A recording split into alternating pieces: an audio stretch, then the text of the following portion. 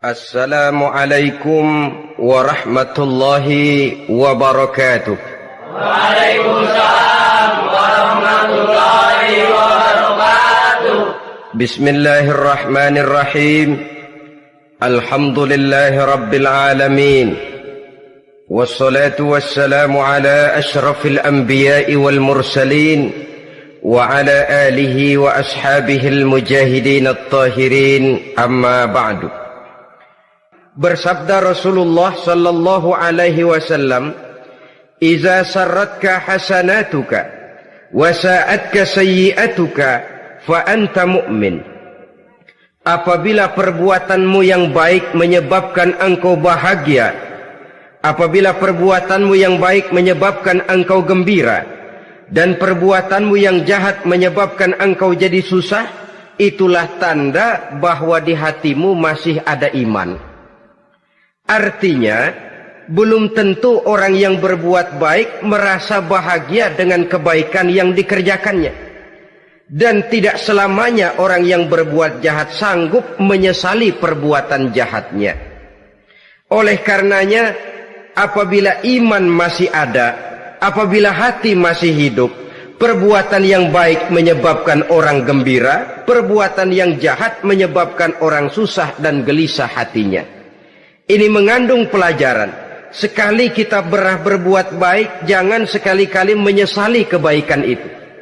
Sebaliknya, satu kali kita melakukan kesalahan, hendaknya selalu menyesalinya. Kadang-kadang dalam kehidupan, karena orang tempat kita berbuat baik itu rupanya membalas air susu dengan air tuba, kita lalu menyesali kebaikan. Lahirlah kata-kata, "Nyesal saya nolong dia." Ibarat pepatah katanya, nolong anjing kejepit. Waktu kejepit setengah mati kita tolongin, begitu selesai dia dari kejepitnya malah kita digigitnya.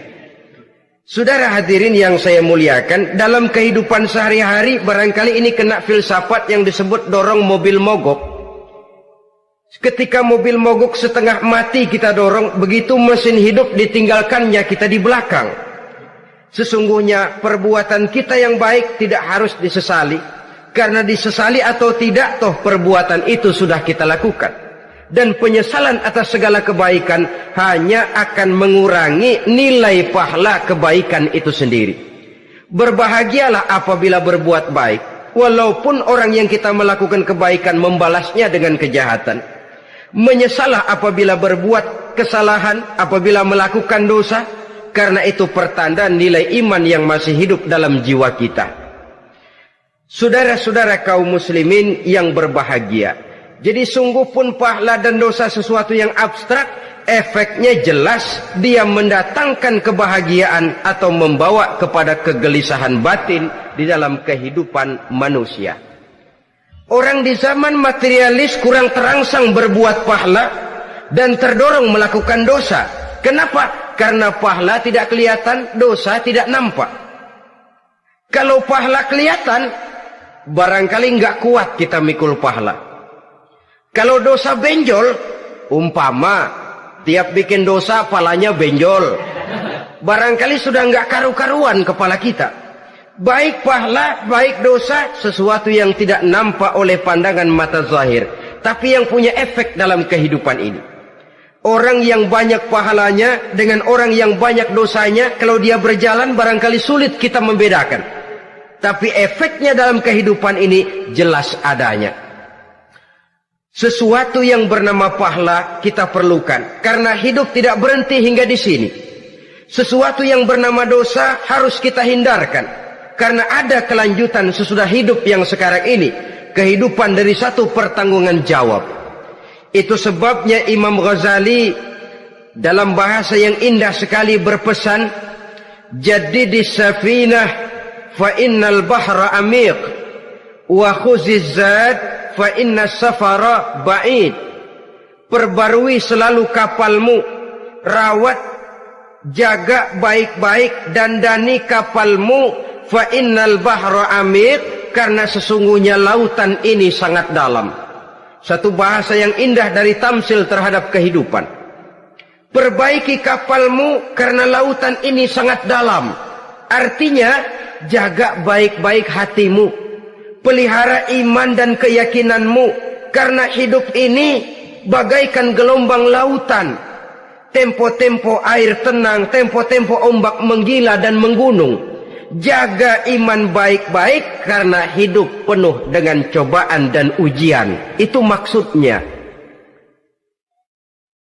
Wa khuziz zad fa inna safara ba'id. Dan bawa bekal yang banyak karena perjalanan hidup ini sangat panjang. Perjalanan ini sangat jauh. Kita kalau pergi keluar kota tentu saja membawa bekal. Makin jauh kota yang akan kita tuju, makin banyak bekal yang harus kita bawa.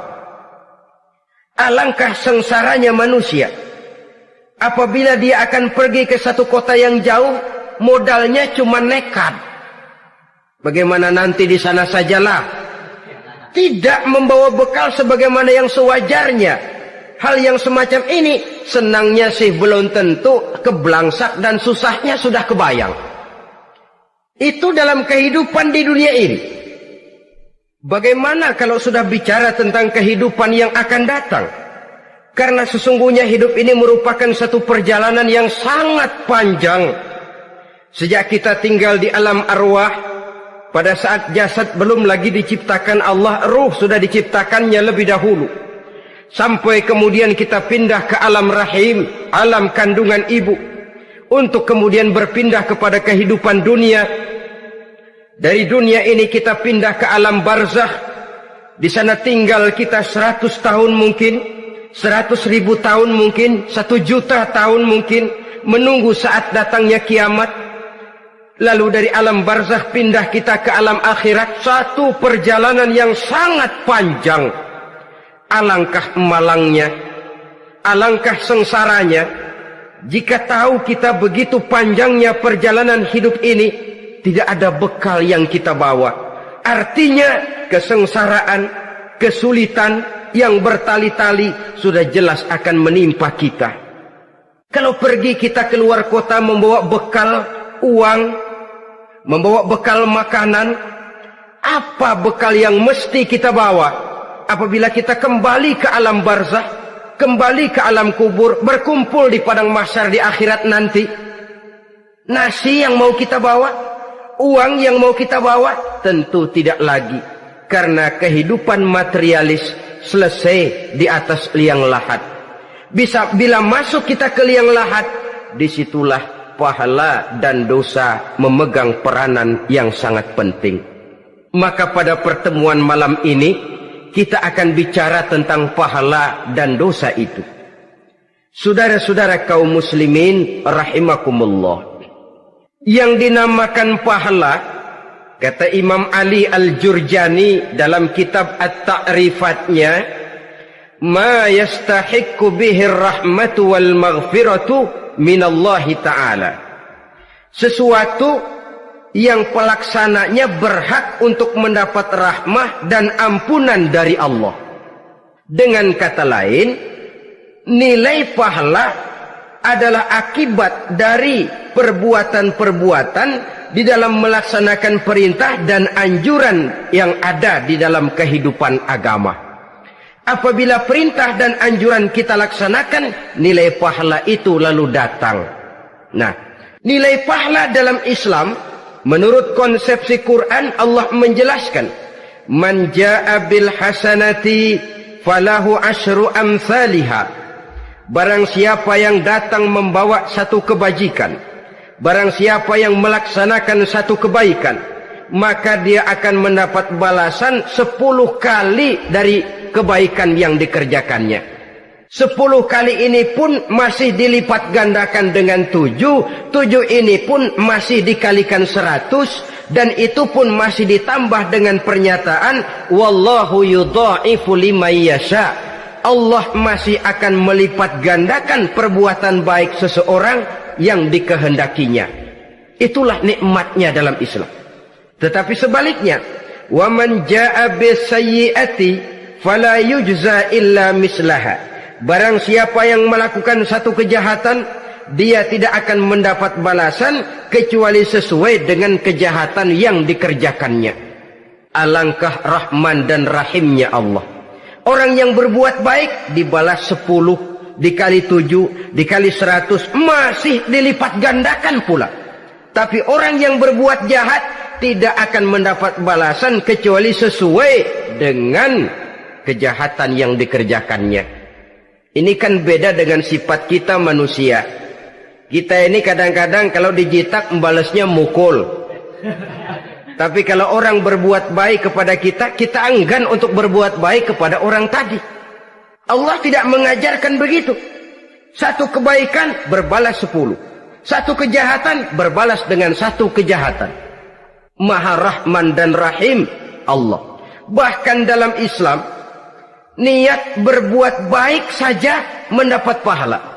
Sedangkan niat berbuat jahat belum ditulis merupakan satu dosa sampai kejahatan itu dikerjakan oleh orang yang niat tadi. Umpamanya, saudara niat nanti malam giliran pengajian saya mau hadir di majelis taklim. Pas datang waktu malam hujan turun sangat lebat. Saudara berhalangan datang ke majelis taklim, saudara sudah mendapat pahala niat. Tapi saudara niat, nanti malam kalau turun hujan, saya mau bongkar rumahnya si fulan, saya mau curi seluruh harta bendanya.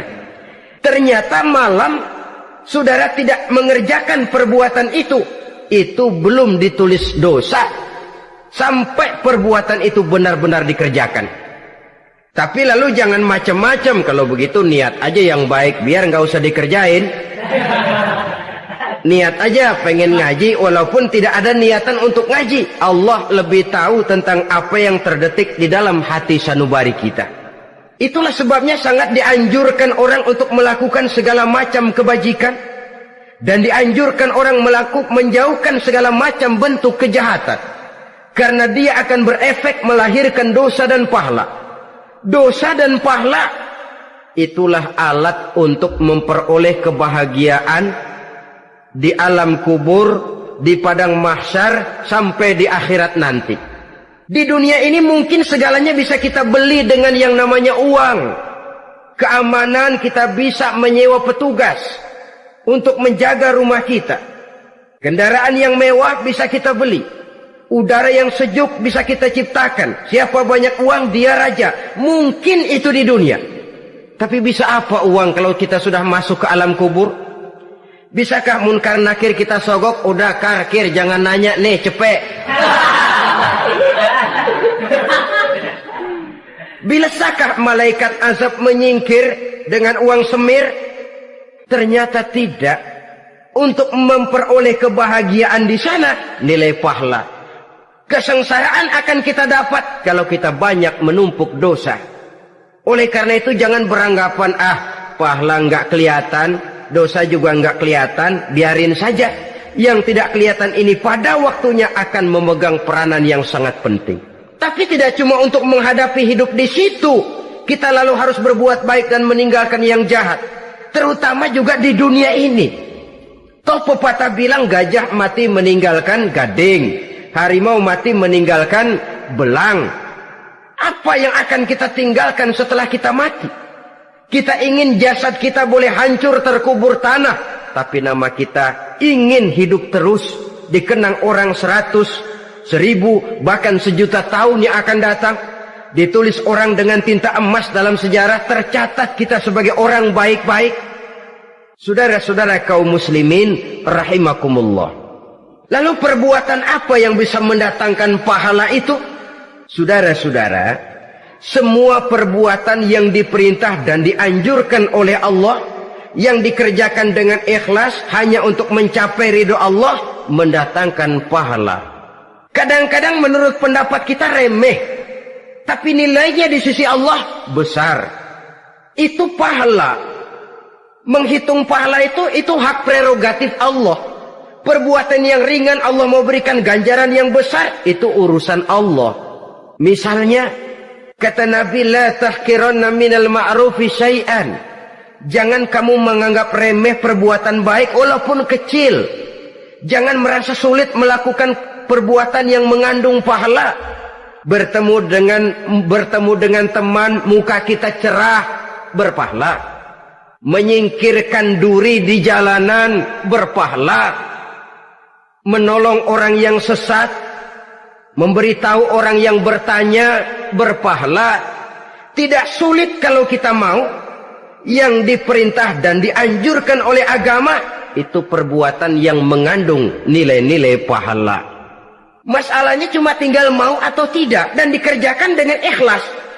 Bertemu teman mukanya cerah, pahala.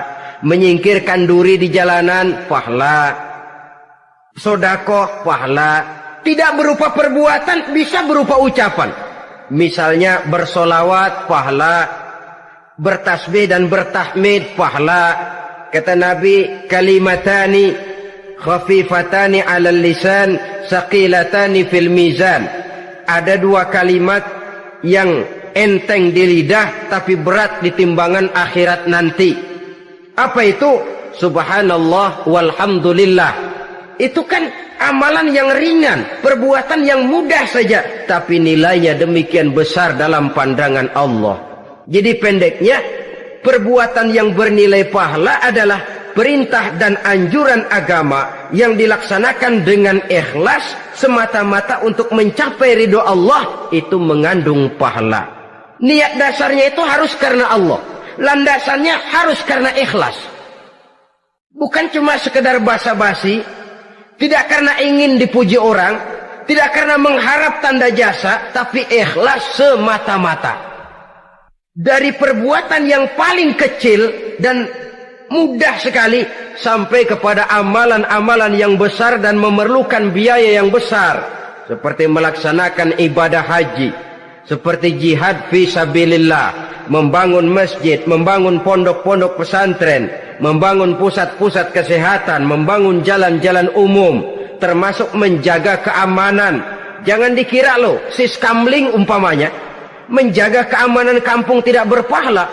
Kalau diniatkan ibadah, menjaga ketenangan warga supaya mereka tekun ibadah, ikhlas karena Allah, itu juga bernilai ibadah. Keluar kita dari rumah, pergi pagi, pulang sore, peras keringat, banting tulang cari nafkah buat menghidupi anak istri kita. Kalau diniatkan ibadah, melaksanakan kewajiban sebagai kepala rumah tangga, membantu orang tua sebagai anak, itu juga perbuatan-perbuatan yang mengandung pahala. Yang terbaik sesuai dengan bidang kehidupan kita. Ada orang yang dinamakan abid, ahli ibadah, pahala yang paling baik bagi dia banyak-banyak tahajud, sembahyang malam, wirid, zikir, tasbih.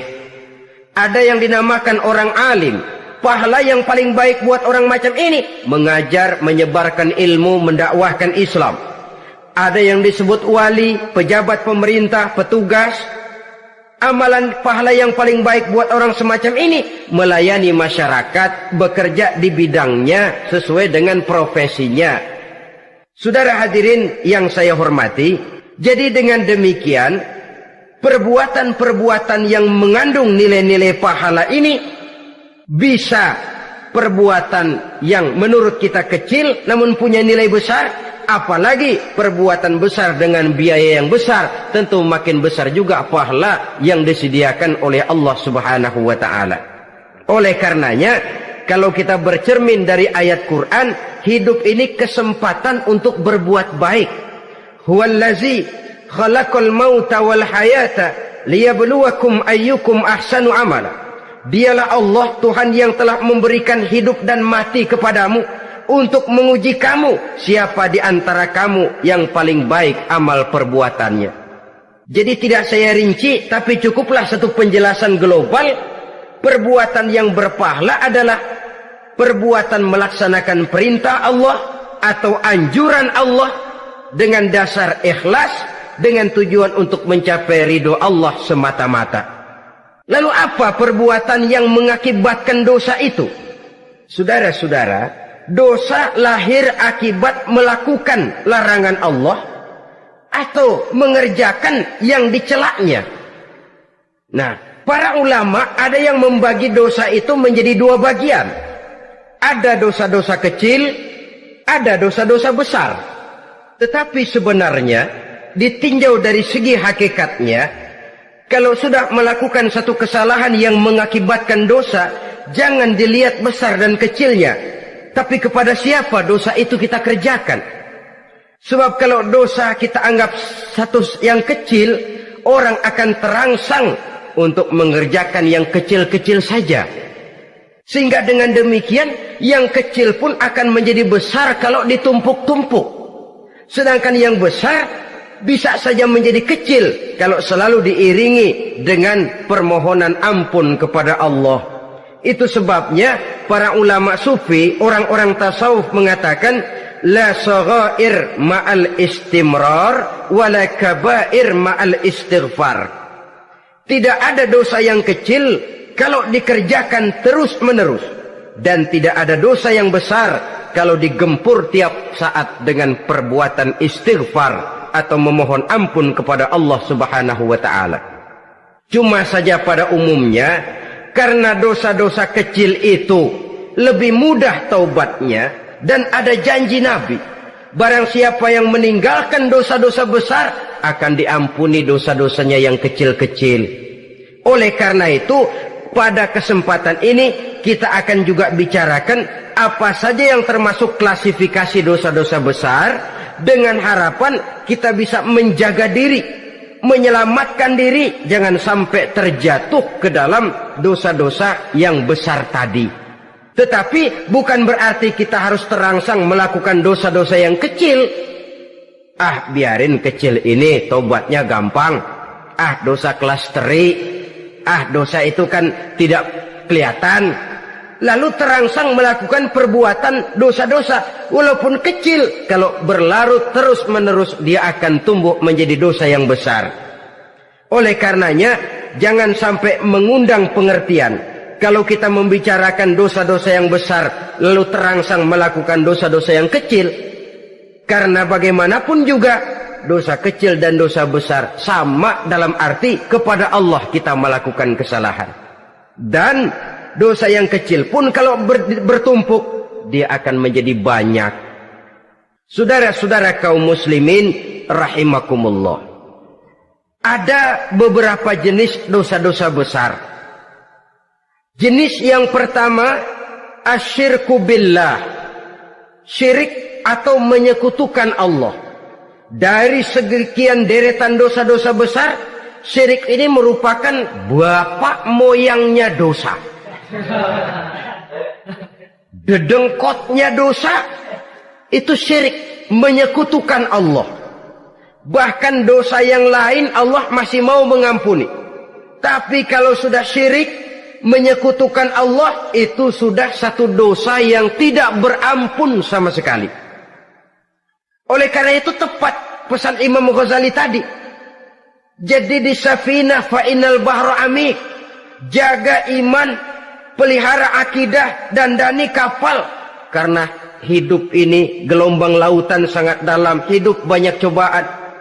Di dalam hidup di zaman sekarang ini, saudara bisa perhatikan, di mana tensi ekonomi tinggi, lapangan kerja sulit, persaingan hidup makin tajam, sifat egois dan individualis tumbuh di mana-mana, rasa solidaritas sosial menurun, sifat gotong royong musnah, orang mudah potong kompas, potong jalan, ingin cepat kaya, ingin cepat naik pangkat, ingin dapat kedudukan.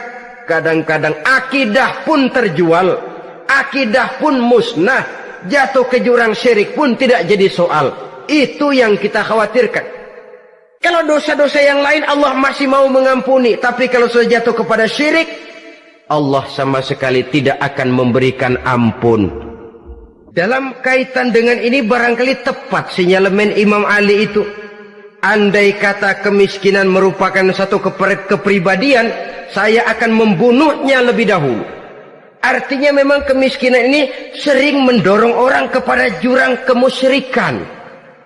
Tidak tahan menghadapi godaan perut akibat tensi ekonomi yang tinggi, lapangan kerja yang sulit. Iman pun jadilah ditukar dengan 3 liter beras. Akidah pun jadilah dibarter dengan 3 bungkus supermi, dengan pakaian bekas, dengan obat-obatan. Tidak jadi soal baginya mengejar kebahagiaan yang relatif singkat dengan mengorbankan kebahagiaan yang abadi. Persis ibarat pepatah, nyari jarum kampak hilang.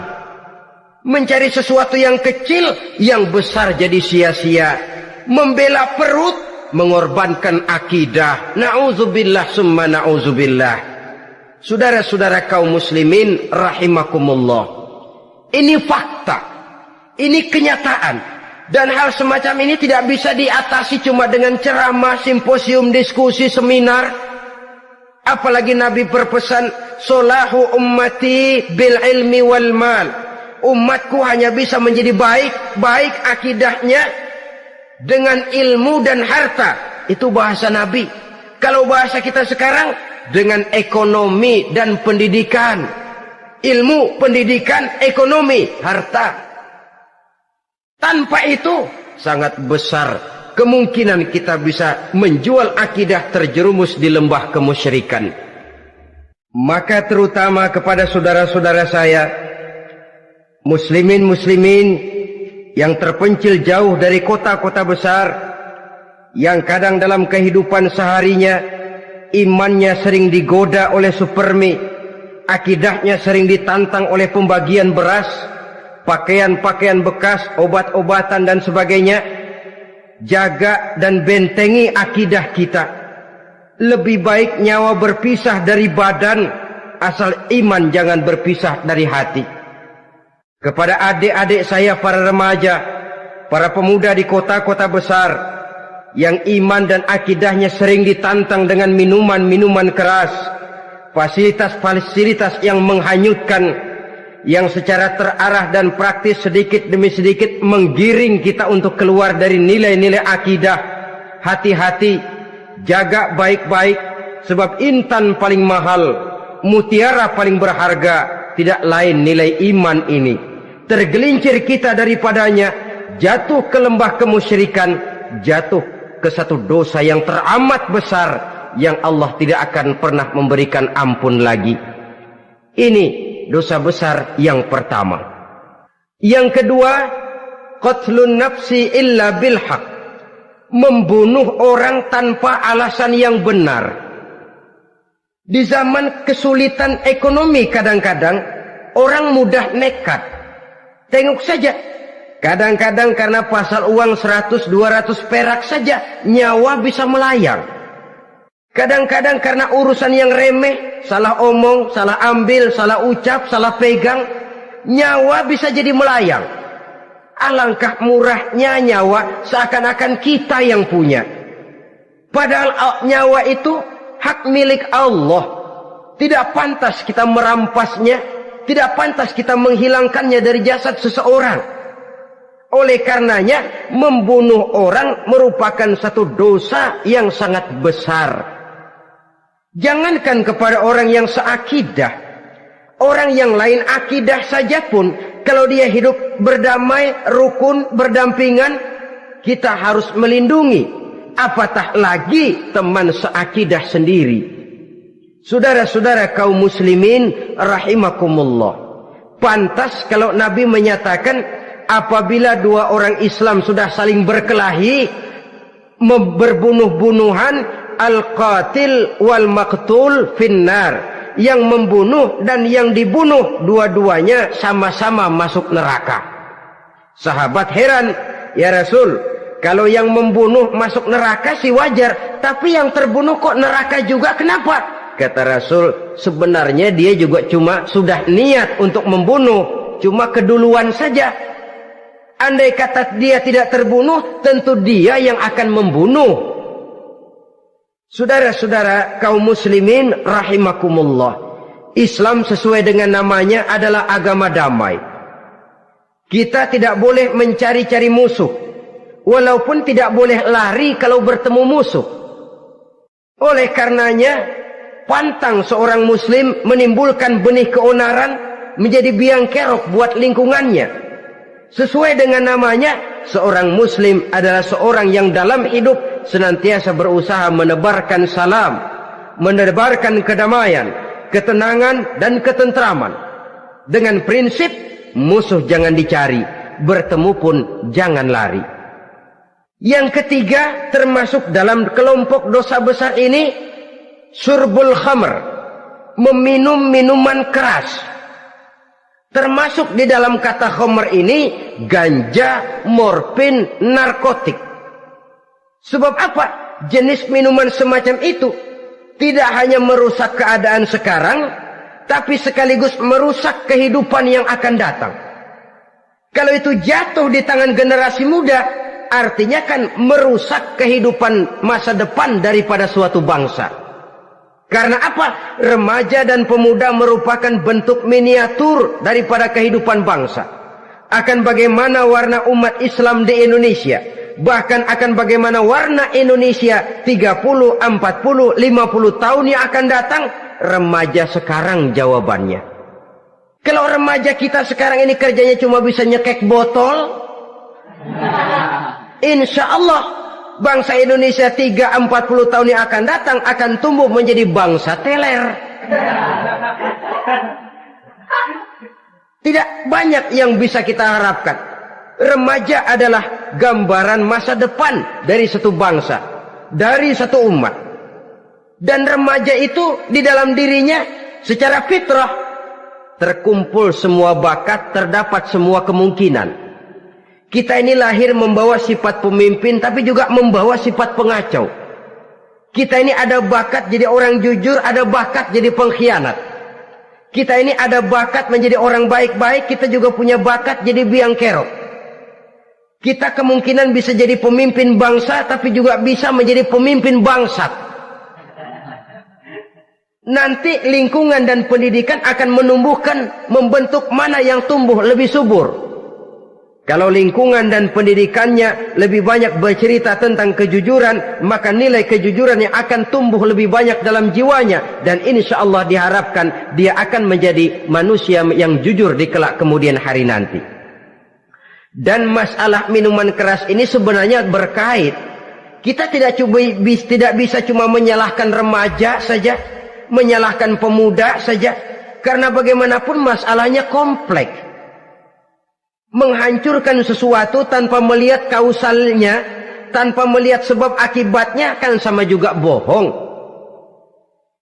Kemungkinan karena broken home, kemungkinan karena pergaulan, kemungkinan karena kurang perhatian orang tua, kemungkinan karena akibat bacaan, tontonan, atau fasilitas berupa dibukanya pabrik-pabrik minuman keras, dijualnya minuman-minuman keras, di warung-warung yang remang-remang, yang memberikan kenikmatan, kebahagiaan dan kebanggaan tersendiri, sehingga akhirnya orang terangsang untuk datang dan minum di sana.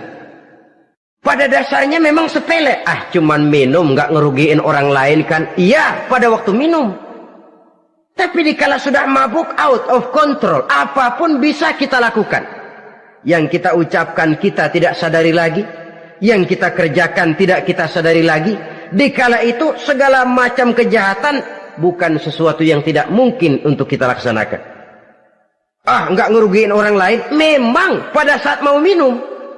Tapi begitu minum, mabuk, kita bisa merugikan orang lain. Setidaknya merugikan diri sendiri.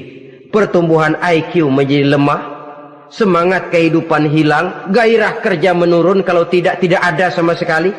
Lalu apa yang bisa kita lakukan di dalam kehidupan? Dan akan lebih celaka kalau ini menimpa kehidupan generasi muda kita. Kadang-kadang yang ironi ya, kalau yang orang tuanya mampu barangkali masih tertolong. Tapi yang orang tuanya kondisi ekonomi lemah masih kepengen teler juga. Orang tuanya nggak mampu masih pengen mabuk. Dari ganja, morfin nggak dapet, akhirnya kaleng cat diisepin. Yang penting kan bisa teler, mendatangkan satu kebahagiaan tersendiri.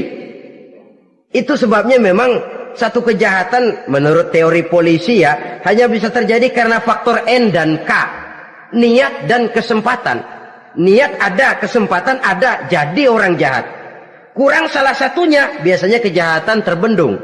Niat ada, kesempatan tidak ada, sulit berbuat jahat. Kesempatan ada, niat tidak ada, tidak mungkin orang jahat.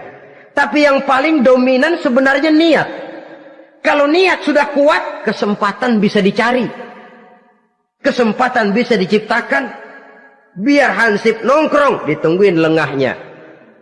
Iya biarin, jam 11 sampai jam 2, matanya melotot, jam 3 dia mulai ngulet, ngempet. Nah, di saat itu saya masuk ke rumahnya. Kalau niat kuat, kesempatan bisa diciptakan.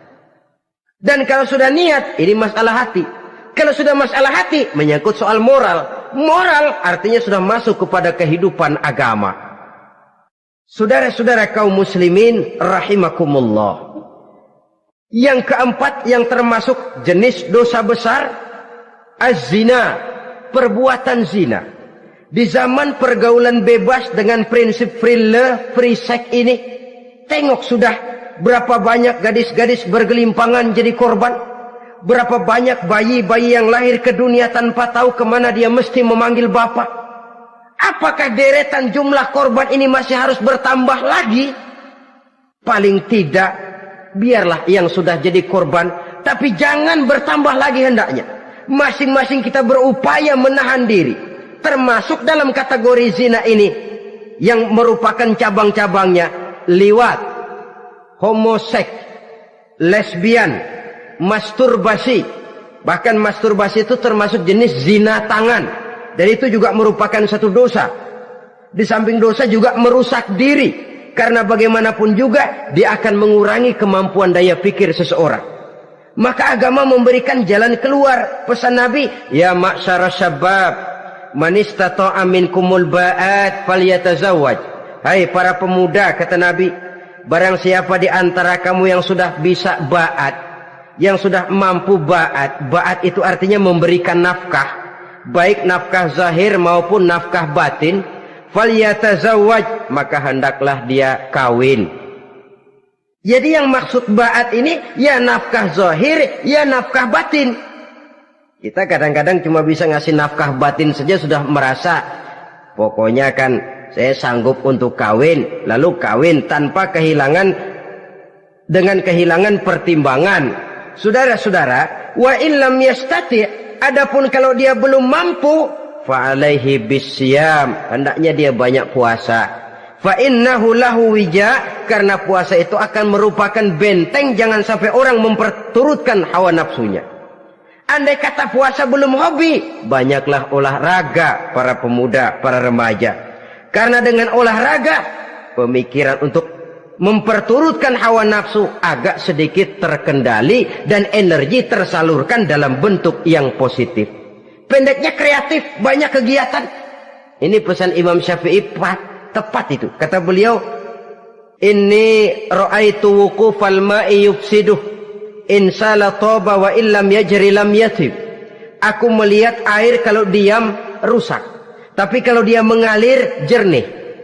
Air kalau ngendap, nggak ngalir, nyamuk nyarang di situ, bisa jadi sumber penyakit. Manusia hidup begitu. Kalau nggak punya kegiatan, nggak kreatif, kerjanya cuma delohom, ayam-ayam, akhirnya jadi ngerusak. Ngomongin orang, Jano ngapa? Ano. Kebangetan nggak ngapa-ngapain, orang aja dipontenin. Orang diomongin, lahirlah namimah, lahirlah ghibah. Saudara-saudara, air itu kalau ngendap ada aja yang nyarang. Tapi kalau dia ngalir, orang ada kesibukan, insya Allah dia tidak akan jatuh kepada sesuatu yang bisa mengundang dosa. Isilah waktu dengan hal-hal yang bermanfaat. Karena hidup ini singkat dan tidak berjalan mundur ke belakang. Mundur hancur, berhenti diinjak orang. Sekali melangkah, jangan surut mundur ke belakang. Homoseks, terlepas dari penyakit kejiwaan. Sekarang ini kan sudah ada persatuan kaum gay katanya. Meminta perlakuan yang sama dan agar dibolehkan kawin sesama mereka. Secara manusiawi boleh, secara manusiawi kita hargai mereka. Tapi dari kacamata agama, ini jelas merupakan penyimpangan. Dan penyimpangan merupakan suatu dosa. Terlepas dari pertimbangan manusiawi. Jangan karena terlalu memperturutkan suara manusiawi, lalu kita mengesampingkan agama. Termasuk lesbian, wadon karo wadon. Kalau homo itu kan lanang karo lanang katanya. Saudara-saudara kaum muslimin rahimakumullah, ini bukan penyakit baru. Liwat, homoseks sudah dikenal dari zamannya Nabi Lut, laki dengan laki. Lesbian dari zaman istrinya Nabi Lut. Terlepas dari penyakit kejiwaan, dari segi agama, ini merupakan penyimpangan dan merupakan dosa yang besar. Yang kelima, yang termasuk jajaran dosa kelas kakap, qazful mu'minina wal mu'minat, menuduh orang mukmin yang baik-baik, laki atau perempuan, melakukan perbuatan zina sehingga hancur namanya di masyarakat. Ini merupakan satu perbuatan dosa yang sangat besar dan sangat dimurkai oleh Allah. Saudara-saudara kaum muslimin rahimakumullah. Oleh sebab itu ditentang masalah ini, kalau memang tidak ada saksi, jangan sembarang kita enteng lidah menuduh orang lain berbuat zina, menuduh orang lain berbuat serong. Dosanya kelewat besar di dalam kehidupan. Karena apa? Mencari harga diri itu berat, memelihara kehormatan diri jauh lebih berat. Satu kali orang dihancurkan namanya di masyarakat, dia akan terisolir jadinya. Oleh karenanya, berlindung kita kepada Allah, jangan sampailah dihinggapi oleh sifat ini. Karena sentimen kita kepada seseorang, karena hasad kita kepada seseorang, tidak senang melihat orang lain lebih maju, lalu lidah ini seenaknya saja mengucapkan kata. Padahal sanksi dan resikonya sangat besar. Yang kita tuduh barangkali mendapat pahala dari Allah. Kita sendiri yang menuduh tanpa saksi, tanpa alasan yang benar, mendapat dosa yang sangat besar.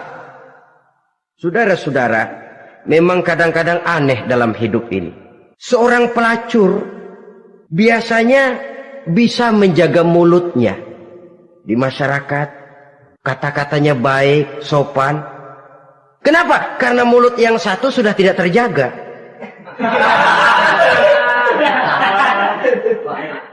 Kita kadang-kadang kehormatan bisa kita jaga, tapi mulut tidak terkontrol. Ngomong saenake dewe, bikin orang mangkel, kesal, fitnah sana, fitnah sini, menghancurkan nama baik orang, ngomongin yang macam-macam. Bagai-bagai macamlah caranya. Saudara-saudara kaum muslimin yang berbahagia. Jadi dengan demikian, menuduh orang lain berbuat zina, sedangkan orang itu tidak pernah melakukannya, ini termasuk satu dosa yang sangat besar di dalam kehidupan ini. Yang keenam, al-'aqu bil walidain, durhaka kepada ibu bapak. Seorang anak, bagaimanapun banyak nilai ibadahnya, banyak kebaikan di masyarakat, menyandang berbagai macam gelar, pangkat dan jabatannya tinggi, tapi kalau sudah durhaka kepada kedua orang tuanya, alamat hidup tidak lagi membawa keberkahan, dan itu dosa yang sangat besar. Sampai Nabi sabdakan, ridho Allah ada di dalam keridhaan ibu bapak, murka Allah pun ada di dalam kemurkaan ibu dan bapak. Walaupun belum tentu setiap kita orang tua, tapi yang jelas setiap kita adalah anak, dan setiap anak punya ibu dan bapak. Jangan sampai kacang lupa kepada kulitnya. Saudara-saudara kaum muslimin rahimakumullah, durhaka kepada ibu bapak merupakan perbuatan yang sangat dimurkai oleh Allah. Apalagi ibu yang telah melahirkan kita, bahkan mengandung kita. Begitu juga bapak yang telah berusaha peras keringat banting tulang untuk mengasuh membesarkan kita. Tidak ada perbuatan baik yang kita lakukan untuk bisa menebus kebaikan daripada ibu dan bapak kita. Setidaknya kalau belum bisa berbuat baik kepadanya, kepada keduanya, janganlah menyakiti hati keduanya. Itu saja dulu yang harus dijaga. Kadang-kadang sudah berbuat baik enggak, nyakitin melulu. Sudah nyenangin belum bisa, saban sehari nyakitin saja. Padahal kedua orang tua itu doanya manjur, sebagaimana sumpahnya juga bisa jadi kenyataan, dan sering bahkan menjadi kenyataan. Sampai ibu bapak sudah wafat, sudah meninggal sekalipun, kewajiban berbakti masih harus terus dilakukan oleh seorang anak. Lalu yang ketujuh, at-tawalli yaumaz zahfi, berpaling pada hari pertempuran. Orang sedang sibuk-sibuk menghadapi musuh, maksudnya berjuang membela agama ini, dia lari menyelamatkan diri. Pengecut, mental munafik. Ayo, kalau demi agama, mari kita maju ke depan. Allahu Akbar. Yang besar Allah, yang lain kecil semua. Maju. Orang lain maju serentak, dia mundur jauh ke belakang. Mental munafik, mental calo istilah sekarang ini. Oh, itu calo, mental calo. Tuhan gedek banget itu. Coba ya, calo itu paling sibuk nyuruh penumpang naik. Tapi sementara penumpang naik sampai ke tempat tujuan masing-masing, calonya nggak kemana-mana, diem aja di situ. Cuma orang aja disuruh naik. Saudara-saudara, kerja bakti, orang turun ke comberan, dia naik ke tempat tidur. Mundur di hari pertempuran, menyebabkan orang lain gugur, dia sendiri menyelamatkan diri. Mental pengecut, mental munafik, itu merupakan dosa yang sangat besar. Saudara-saudara kaum muslimin rahimakumullah. Itu sebabnya agama itu memerlukan keberanian. Memang, tapi bukan keberanian yang tanpa perhitungan. Sebab berani tanpa berhitung namanya berani babi. Kita berani kalau benar, kita harus takut kalau salah. Jangan dibalik. Salah berani, nekat namanya. Benar takut, pengecut namanya. Orang yang pengecut adalah orang yang takut membela kebenaran. Orang yang nekat sesungguhnya udah salah nggak malu lagi. Udah salah nekat lagi.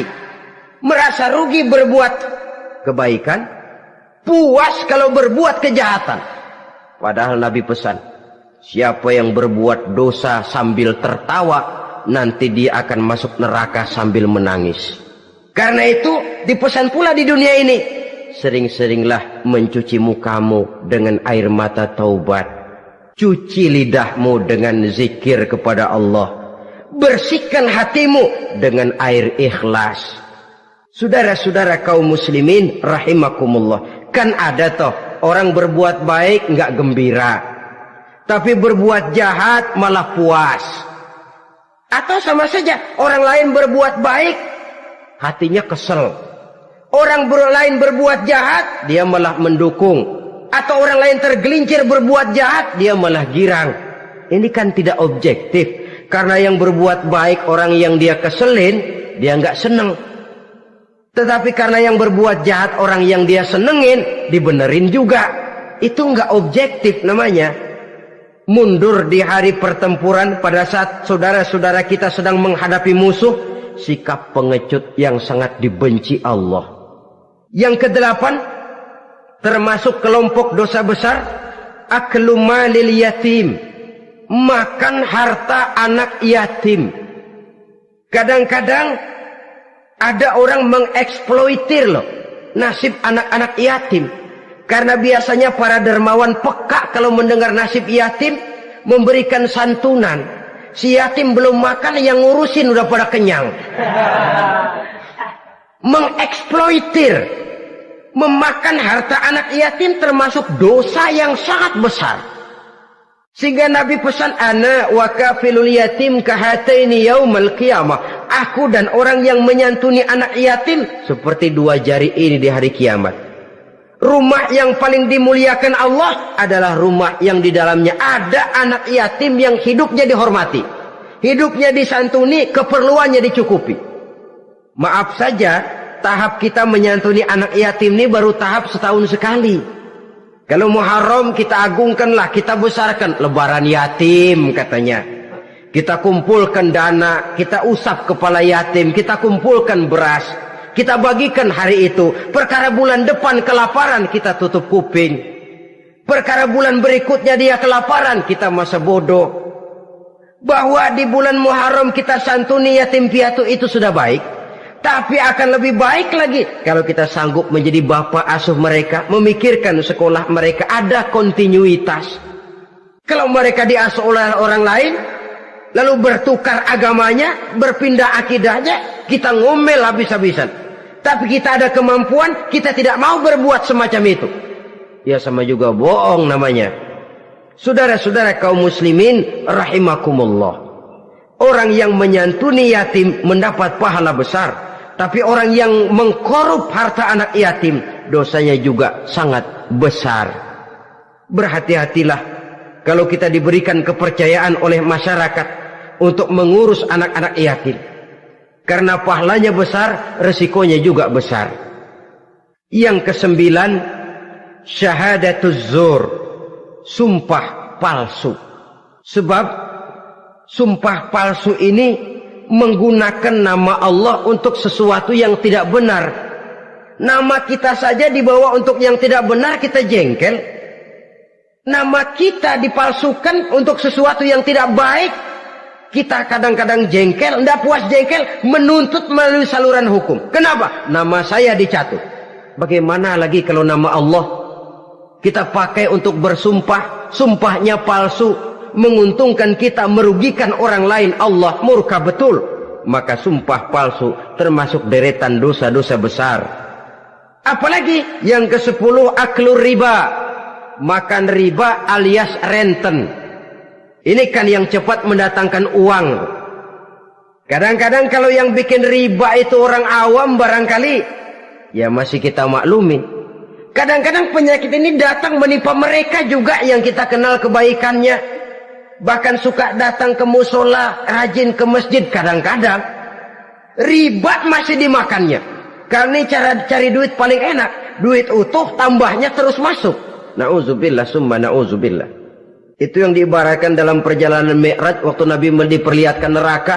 Orang perutnya sebesar rumah dililit ular, diseret-seret itu hancur perutnya, dibulatkan lagi, diseret lagi, hancur lagi, dibulatkan lagi, terus menerus begitu.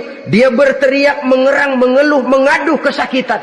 Nabi tanya, itu apa Jibril? Itu contoh dari umatmu yang suka makan riba Muhammad, makan renten. Saudara-saudara, ini kan mencekik leher orang. Orang sedang kesulitan, kelihatannya sih baik, menolong. Tapi di belakang menolong itu nyekek. Di belakang nolong itu nyekek. Dan nyekek itu sebenarnya tujuan utamanya. Orang yang menjalankan riba pada dasarnya tidak punya perikmahan kemanusiaan kok. Kalau dia kelihatannya mau menolong, kelihatannya motifnya mencari untung di belakang itu. Jauh dari kemanusiaan. Yang ke-11, saudara-saudara, termasuk jajaran dosa besar itu qat'ur rahim, memutuskan silaturahmi.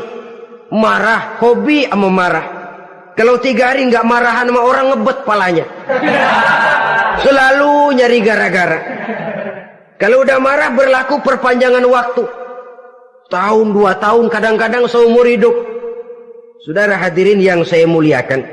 Apalagi mengurangi timbangan termasuk kelas dosa besar.